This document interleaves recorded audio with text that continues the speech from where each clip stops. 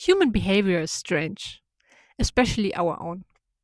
This channel is about the quiet patterns in our minds, the things we think about, struggle with, worry about, and sometimes don't fully understand about ourselves. And today I want to talk about something that took me a long time to notice. Some of the smartest people I've ever met are also the ones who seem the most stuck in life. Not because they aren't capable, but because the way they think might actually be holding them back. Over the past few years, I started noticing something that at first didn't really make sense to me. Some of the most thoughtful, intelligent, analytical people I know spend an incredible amount of time thinking about what they want to do with their lives. They reflect deeply, they analyze different paths, they research options, they try to understand the long term consequences of their decisions. And yet, strangely enough, they often seem to start fewer things than people who appear far less prepared. You will see someone who has spent months, sometimes years, thinking about an idea. And at the same time, you will see someone else simply trying something, experimenting, building something small, learning as they go. Sometimes those attempts fail. Sometimes they change direction several times, but they move. And over time, movement tends to create opportunities that thinking alone never reveals. When you are someone who thinks analytically, your brain does something very useful. It simulates the future. You imagine different outcomes. You see risks that others might overlook. You can often recognize weaknesses in an idea long before anyone else noticed them. In many areas of life, this is an incredible strength. It helps you make thoughtful decisions. It prevents careless mistakes. It allows you to see complexity where others might oversimplify things. But there's also a quiet downside to this way of thinking. Because once your mind starts simulating the future, it rarely stops at the positive scenarios. It also begins to explore everything that could go wrong. What if the timing is wrong? What if someone else has already done this better? What if I'm missing something important? What if this decision creates problems later that I'm not seeing yet? None of these questions are unreasonable. In fact, they are often very intelligent questions. But when of them accumulate, something subtle starts to happen. Thinking stops, helping you move forward, and slowly begins to slow you down. One thing that became clearer to me over time, especially after experiencing different environments and ways of thinking, is that not everyone treats uncertainty the same way. Some people approach ideas almost like experiments. They don't expect to fully understand the outcome before they begin. They simply start. Someone opens a small cafe. Someone tries building an online business. Someone launches a small project just to see what happens. Sometimes those things work. Sometimes they fail completely. And sometimes they evolve into something entirely different from what the person originally imagined. But the interesting part isn't whether the first attempt succeeds.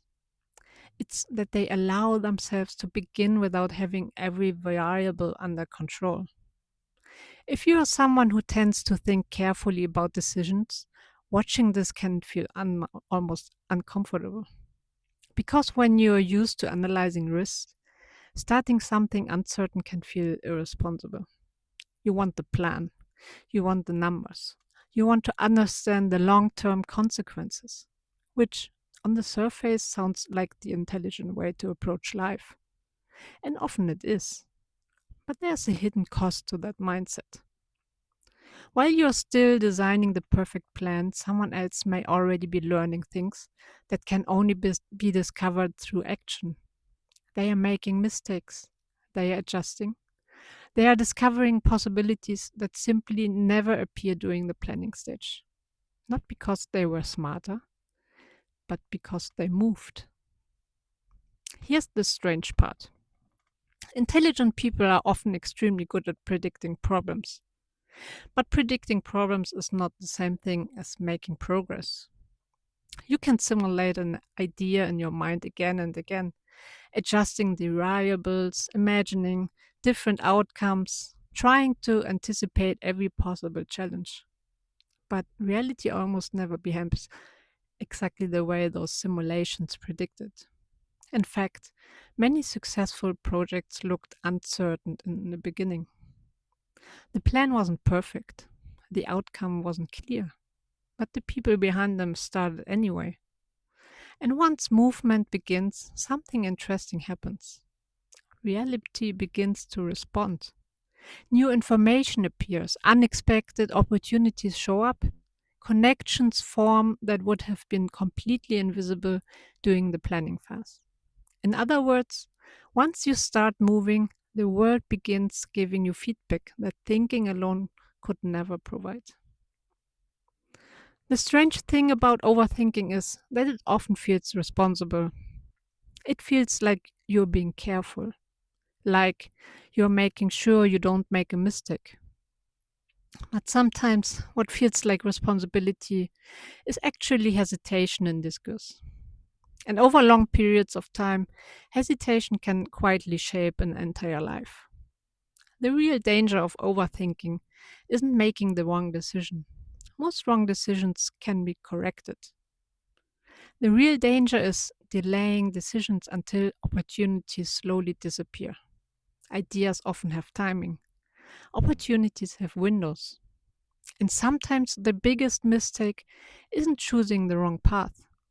It's waiting so long that the door quietly closed before you even try to walk through it. Ironically, many highly intelligent people don't struggle because they make reckless decisions. They struggle because they avoid imperfect ones. Some people move through life with a slightly different mindset. Instead of trying to design the perfect path before they begin, they treat things more like experiments. They try something, they observe what happens, they adjust, and then they try again. This doesn't mean they don't think. It simply means they don't expect clarity to come entirely from thinking. They expect clarity to come from interacting with reality. Because in many areas of life, careers, creative work, personal projects, the path forward rarely becomes clear before you start. It becomes clear because you started. So, the real question isn't whether you're intelligent enough to succeed. The real question is whether you're willing to begin before everything feels completely certain. Because sometimes the difference between people who move forward and people who stay stuck isn't intelligence, it's movement. I'm curious whether you've ever noticed this in your own life, that the more carefully you think about something, the harder it becomes to actually start. If you're in the next one.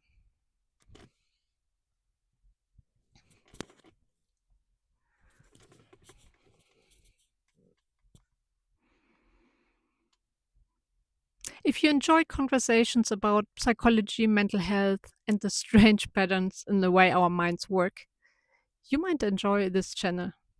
I usually post a new video about once a week.